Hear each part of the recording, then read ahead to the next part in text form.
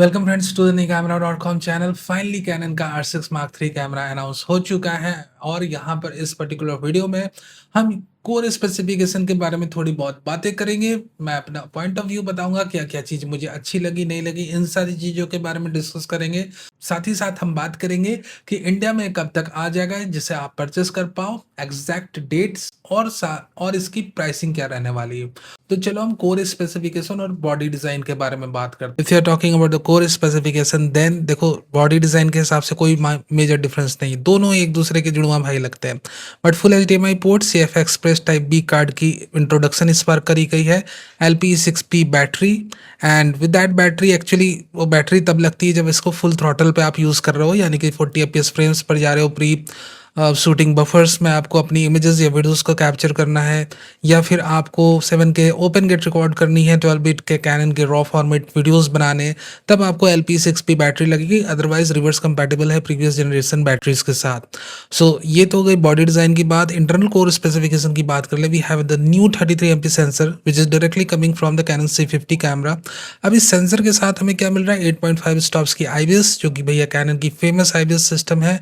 Auto focusing points इस पर काफ़ी ज़्यादा अप स्केल किए गए, यानी कि लगभग 6000 प्लस एफ जोन्स इसमें हमें मिल रहे हैं।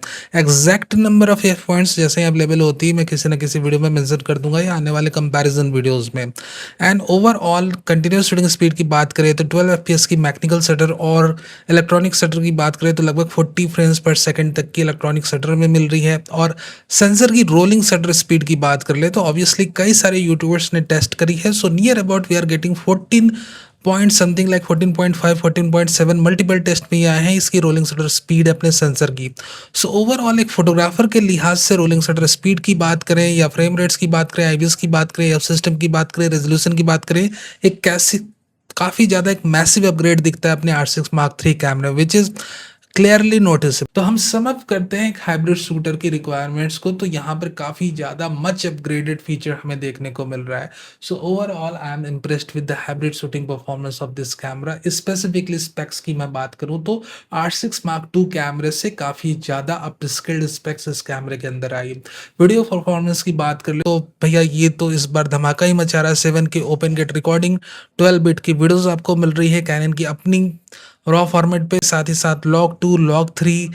So what you need more, 4K 120 FPS तक अनक्रॉप्ड रिकॉर्डिंग आपको मिल रही है, यानी कि लगभग 5x slow motion when compare to 4K 20 FPS 24 FPS video. 4K you have two options like standard 4K and one is fine 4K, यानी कि अगर आप kind of over heating situation में रिकॉर्ड करो जहाँ पर आपका कैमरा ओवर हीट हो सकता है तो स्टैंडर्ड पे स्विच कर जाओ, जहाँ पर camera pixel binning line skipping mode use करेगा। और जब आप हाई क्वालिटी वीडियोस आपने चाहिए तो आप 4K फाइन पे रिकॉर्ड करो। ऑल तो मैं रिकमेंड करूंगा एक एक्सटर्नल फैन जरूर ले लेना अगर आपको इससे वीडियोस बनाने हैं, स्पेसिफिकली वेडिंग सिनेमाटोग्राफी के लिए, क्योंकि देखो अगर ओवर हीट होता है फिर वेडिंग सिनेमाटोग्राफर के पास कोई ऑप्शन रह नहीं जाता है।